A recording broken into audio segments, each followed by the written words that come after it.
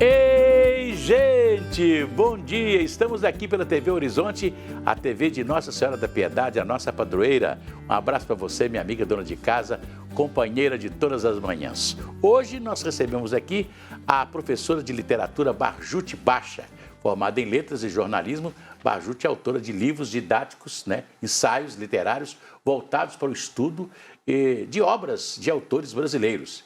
Filha de pais libaneses, a educadora brasileira trabalha na formação de jovens de ensino médio e contribui também para o aprimoramento da redação e do texto escrito, seja literário ou informativo. Barjute Bacha, seja bem-vinda ao nosso programa. Muito obrigada, bom dia. É um prazer estar aqui com vocês e eu me coloco à disposição. Pois é, para um bom papo. Falando em professora de literatura, ligada sempre à língua portuguesa, hoje diz que o maior problema hoje é a redação do Enem? Dentro do ensino médio, nós temos realmente a redação do Enem e de outros vestibulares também, como um problema sério, uma questão que tem preocupado não só o aluno do final do ensino médio, mas ao longo de toda a sua formação, ele tem se voltado para isso, ele muitas vezes diz que gosta de ler, não gosta de ler, e nós sabemos que quem não lê não escreve, é verdade. Não é?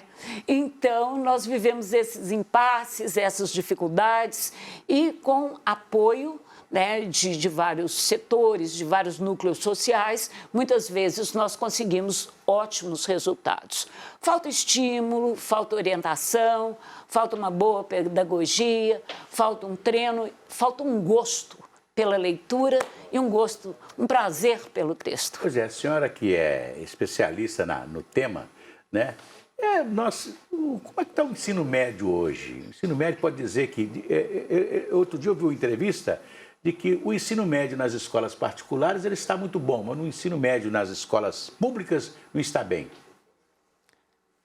Eu diria que... Eu acho que eu consigo responder à sua pergunta de uma forma bem pontual. O ensino médio no Brasil, assim como a educação no Brasil, como um todo, ela é a expressão do próprio Brasil. Nós passamos por crises de mudanças de valores, crises de debates, crises de interesses políticos, de grupos diferentes, e a sala de aula não é nada além do espaço, de um microespaço do próprio Brasil. Estamos vivendo uma crise, sim. Crise de formação de professores, do número de profissionais que gostariam de ser professores. Passamos também por uma crise do próprio estudante, que não sabe exatamente o que ele vai fazer na sala de aula. Passamos por uma crise histórica gravíssima entre a tela e o papel, entre o ato de digitar e o ato de escrever à mão. Então, nós atravessamos um momento histórico muito especial. Falar em crise no Brasil chega a ser redundância, porque constantemente estamos em crise. Mas esta que marca o início do século XXI, sem dúvida alguma, e já as próximas décadas, a gente prevê momentos de muitas transformações, muitas passagens e de mudanças de valores. Pois vamos dizer assim, a informática veio para acrescentar muita coisa na vida de todos nós, na vida do mundo, não é verdade? Sim.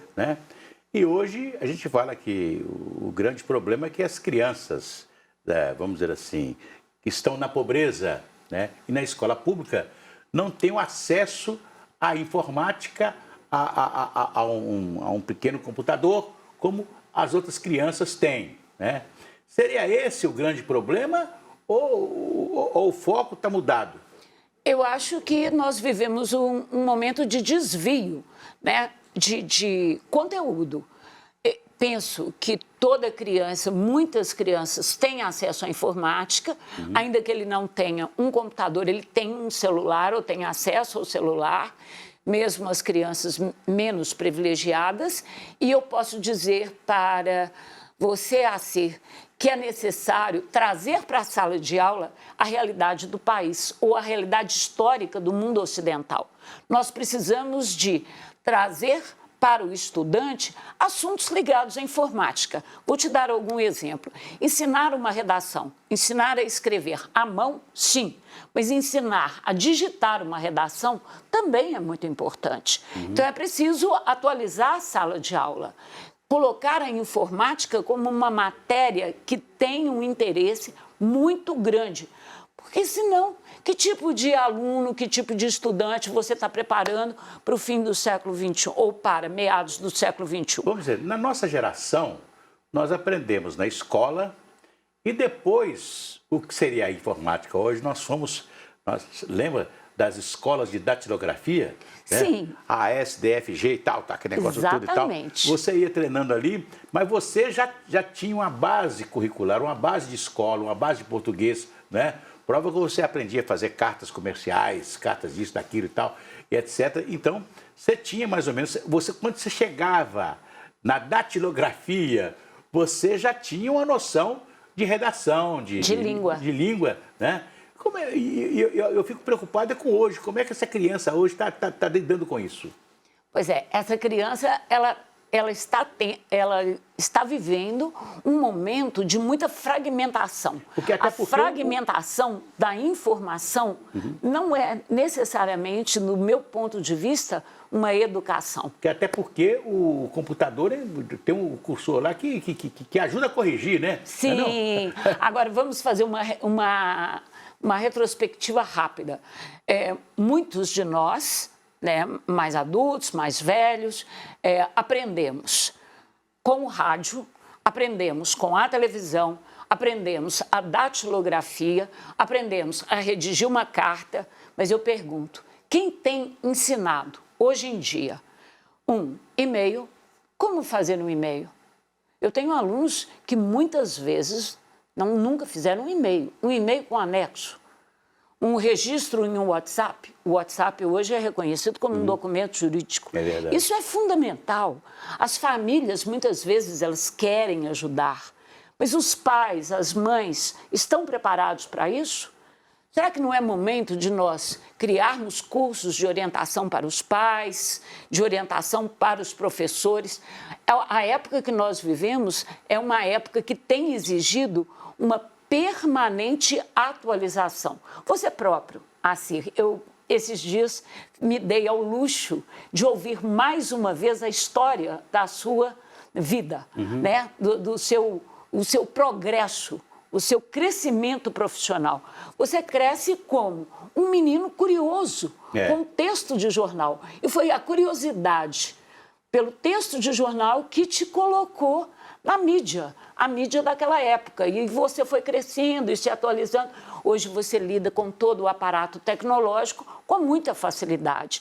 Quem te ensinou isso? A escola da vida. É verdade. Mas você tinha e trouxe uma base. Essa base, ela tem um núcleo. É a leitura e a própria escrita. É como um ato de respirar, eu diria. Quem inspira, expira. Quem lê, escreve. E quem não lê, não escreve. Aí o aluno hoje olha para você com o celular e diz assim, professora, eu estou travado. É como um computador travado.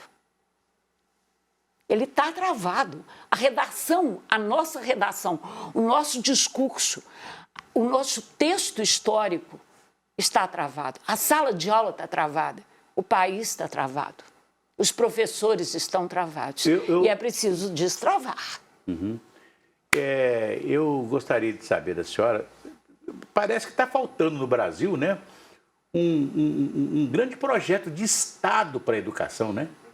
Parece porque cada governo que entra tenta implementar alguma coisa, mas não tem aquele projeto de Estado, um projeto que qualquer governo que chegar, ele tem que seguir aquele projeto. Nós não temos um projeto único de educação. Nós temos fragmentos.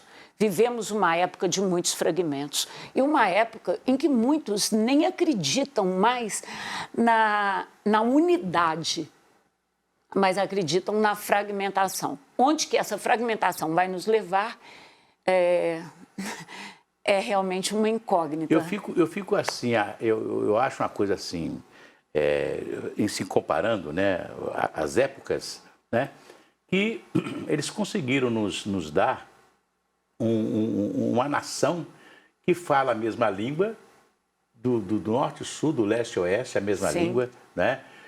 Num país de dimensão continental, nós temos até diferenças regionais, né? Na forma de falar, na forma de dizer certas coisas, etc. Mas a nossa língua é una, né? Uma língua só, né? Então, eles conseguiram fazer isso. Parece que nós não estamos conseguindo, hoje, com toda a tecnologia que nós temos, dar unicidade a tudo isso. Eu acredito que a gente, né, temos inicialmente que reconhecer as diferenças regionais, as diferenças, vou citar algumas aqui. Nós temos não só as geográficas, não só as históricas, a linguagem de uma pessoa madura é muito diferente de um jovem que vai olhar para você e dizer assim, oi.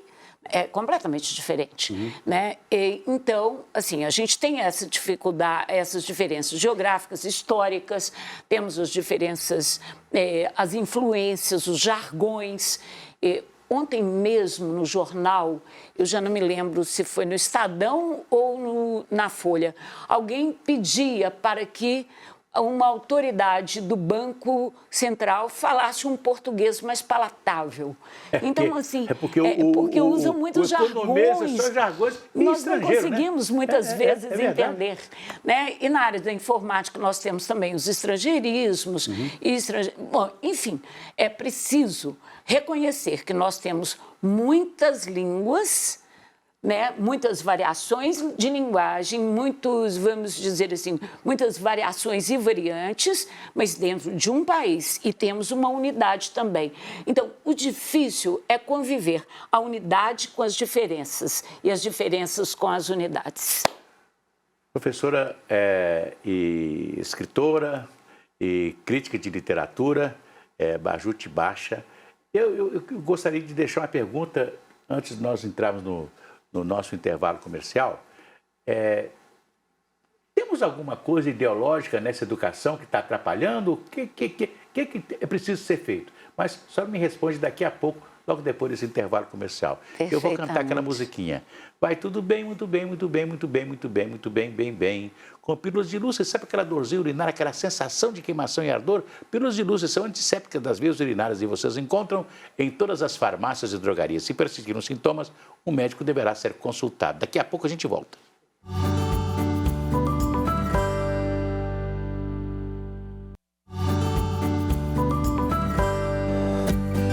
Voltamos aqui pela TV Horizonte, a TV de Nossa Senhora da Piedade. Ao 12:30, nós teremos Horizonte Notícias. E o nosso companheiro André Cristino nos traz as novidades do Horizonte Notícias. André, bom dia. Bom dia, Cir. Bom dia a todos ligados na TV Horizonte. Olha só, Cir, hoje nós vamos trazer uma história de fé. Dona Francisca curou uma artrose por intercessão de Nossa Senhora da Piedade. Ela vai contar essa história pra gente. Nós vamos falar também, nessa época do frio, muitas pessoas se preocupam com doenças respiratórias, né? Aumentam casos de bronquite, resfriado, mas doenças vasculares também tendem a aumentar. Eu vou bater um papo com o angiologista que ele vai explicar o porquê e como as pessoas podem se prevenir. E a advogada Juliana Bento vai falar sobre a lei do empréstimo consignado que já está em vigor em Belo Horizonte e que proíbe que aposentados e pensionistas fechem, né, um contrato de empréstimo por telefone. Todos os detalhes a partir do 12:30 no Horizonte Notícia. Ok, André, um abraço para você. Abraço. Até já. Pois é, negócio de empréstimo consignado, né? Todo mundo acha que hoje a facilidade do telefone, né? E de vez em quando o pessoal fala comigo assim, você não faz nada por telefone? Eu falo assim, não, eu não faço. O meu telefone ainda é só... Quase que eu uso hoje para fazer o WhatsApp, para comunicar, para saber de alguma coisa, etc. Mas eu não uso o telefone para fazer negócios financeiros, né? Não gosto. É uma coisa minha, né? E tem pessoas que vão fazer coisas pelo telefone, né? Entregam toda a sua vida particular, né? E depois começam a chegar aí aquelas cobranças, né? Uai, eu não comprei isso, não comprei aquilo, tá falta de dinheiro na minha conta, o que está acontecendo, não é verdade? Olha, eu vou cantar aquela musiquinha. Se a criança acordou, dorme, dorme, menina. Tudo calmo ficou, mamãe. Tem auricedina, é um antisséptico de uso local para adultos e crianças. Todo mundo sabe, dor de ouvido, auricedina. Se persistir os sintomas, um médico deverá ser consultado. Nós continuamos nossa conversa com a professora de literatura brasileira, Barjuti Bachar. Pois é, eu deixei no ar uma pergunta, né? A educação está muito ideológica hoje? Assim, é impossível praticamente nós separarmos as questões ideológicas de qualquer movimento social, de qualquer linguagem, de qualquer lição, de qualquer ensino. A ideologia, no sentido de sistema de ideias, ela está presente em qualquer opção, em qualquer opção. Então, agora, mais recentemente, a expressão ideológica, ela está sendo diretamente relacionada à ideia de partidarismo, entende? E é muito difícil nós dizermos que a escola é neutra, ela não é neutra. Aliás, a minha pergunta, a pergunta que fica no ar é, existe uma mídia neutra? Existe uma vida social neutra? Existe um cotidiano, uma fila de mercado ou de supermercado? Existe um preço neutro? Um partido político neutro? Não, não existe. O que nós devemos, e acho muito importante, o que nós podemos é realmente respeitarmos as diferenças e sempre nos pautarmos no diálogo, porque penso que é assim que as situações acabam se desenvolvendo e os conflitos podem ser minimizados. Agora, isso não significa não aceitar as diferenças. Reconhecer que existem diferenças, reconhecer que existem funções, condições partidárias distintas e, a partir disso, desenvolvermos um diálogo no sentido de aprimorarmos a vida humana. Pois é, eu gostaria de saber da senhora uma perguntinha muito interessante, porque o seguinte, hoje parece que na vida moderna, né, os filhos estão sendo criados dentro de casa pela empregada doméstica, né? E parece que os pais entregaram à escola a chamada educação, a formação do aluno. Ou seja, parece que eles estão esquecendo que na escola o aluno aprende sabedoria, né? Vai aprender matemática, português, vai aprender história, geografia e etc. Tal, mas educação tem que vir de casa, né? Nós temos a educação familiar, que é extremamente importante. Muitas vezes o pai ou a mãe estão ausentes, mas a avó ou o tio ou um cuidador, uma pessoa próxima, uma madrinha, cumpre essa função, sabe? De plantar algumas sementes, de orientar alguns valores.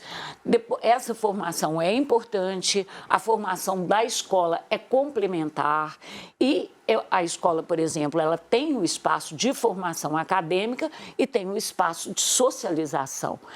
Na escola que eu vou ter um companheiro, uma companheira, vou ter um professor de geografia, de português, de matemática e assim por diante. Eu vou descobrir um mundo maior. Então, são pequenos universos, né, que vão crescendo e que devem, cada um, cumprir de alguma forma o seu papel. Pois é, a senhora é uma crítica literária e também tem trabalhos, né, já publicados, né? Vamos falar sobre eles? Vamos, claro. Eu trabalho com crítica literária, então muitas vezes no ensino médio e às vezes no ensino superior eu leio algum livro, ou 2, 3 autores, e a partir daí nós escrevemos aquilo que a gente chama de crítica literária ou de ensaio literário. É uma orientação, né, para um outro leitor ler um determinado livro de uma outra perspectiva. Vou dar um exemplo. Aqui eu tenho a obra O Menino Poeta, de uma importantíssima escritora mineira, cujo nome é Henriqueta Lisboa. Henriqueta Lisboa. Poeta consagrada, modernista, uma das grandes poetas brasileiras. A irmã da Henriqueta Lisboa, com licença, cujo nome é Alaide Lisboa de Oliveira, também escreveu literatura. E uma das obras consagradas dela é A Bonequinha Preta. A crítica literária tradicional, ela tem estudado Henriqueta Lisboa, que é uma poeta de origem simbolista do final do século XIX, depois entrou no nosso modernismo, de uma maneira muito densa e muito profunda. E muitas vezes muito marcada pela religiosidade. Alaide Lisboa, por sua vez, trabalhou demais com literatura voltada para a criança, segundo ela, e para a pedagogia. Foi uma grande pedagoga, trabalhou nas faculdades, na Faculdade de Educação da UFMG, na Faculdade de Medicina. Agora, então, aqui já nós caímos numa outra área da crítica literária. Aqui, pedagogia e literatura infantil, tradicionalmente falando, e aqui a literatura, né, simbolista e alguma coisa da literatura infantil. Mais recentemente, para aquela exposição, para aquela mostra Modernos e Eternos, eu fiz a comparação entre a Alaide e a Henriqueta, duas autoras mineiras, duas irmãs, com vários pontos de identificação, então, e várias diferenças. Então, a partir disso, eu escrevi um trabalho intitulado Afeto e Afinidades, entre Henriqueta Lisboa e Alaide Lisboa de Oliveira. Esse é um exemplo de trabalho crítico. Beleza. E eu gostaria que a senhora, nós estamos chegando no final do programa, a senhora tem alguma rede social, alguma coisa que quer deixar? Sim, né? Eu tenho uma rede social, meu Instagram, barjute_baixa. Tenho Tá aí na tela? O meu e-mail, barjutebaixa@gmail. Trabalho com língua portuguesa, redação, literatura brasileira e literatura de línguas portuguesas. E uma aluna minha de escrita criativa, a Moacira Conrado da Costa, envia esse livro que ela fez sob a minha orientação. É um livro de poemas. Ela envia de presente para você, Acer. Muito obrigado. Muito obrigado. Tá aí, ó. Poesias compartilhadas, né? Isso. Moacira Conrado da Costa. Exatamente. Muito obrigado. Uma pessoa muito querida. Leve a ela o meu abraço e a minha admiração, né? E a gente fica muito feliz quando vê os jovens, né? Indo para o caminho da poesia. Né? Isso. Moacira é uma professora com 40 anos de experiência. Ontem, só para encerrar o programa, eu li uma poesia de Abigail Renault que eu fiquei alucinado por ela, uma coisa fantástica, né? Maravilhosa. Professora, muito obrigado pela sua presença aqui no nosso programa. Eu que agradeço, agradeço aos telespectadores, voltarei. Muito obrigada pela oportunidade. Gente, amanhã tem mais aqui na TV Horizonte. Um abraço e até lá.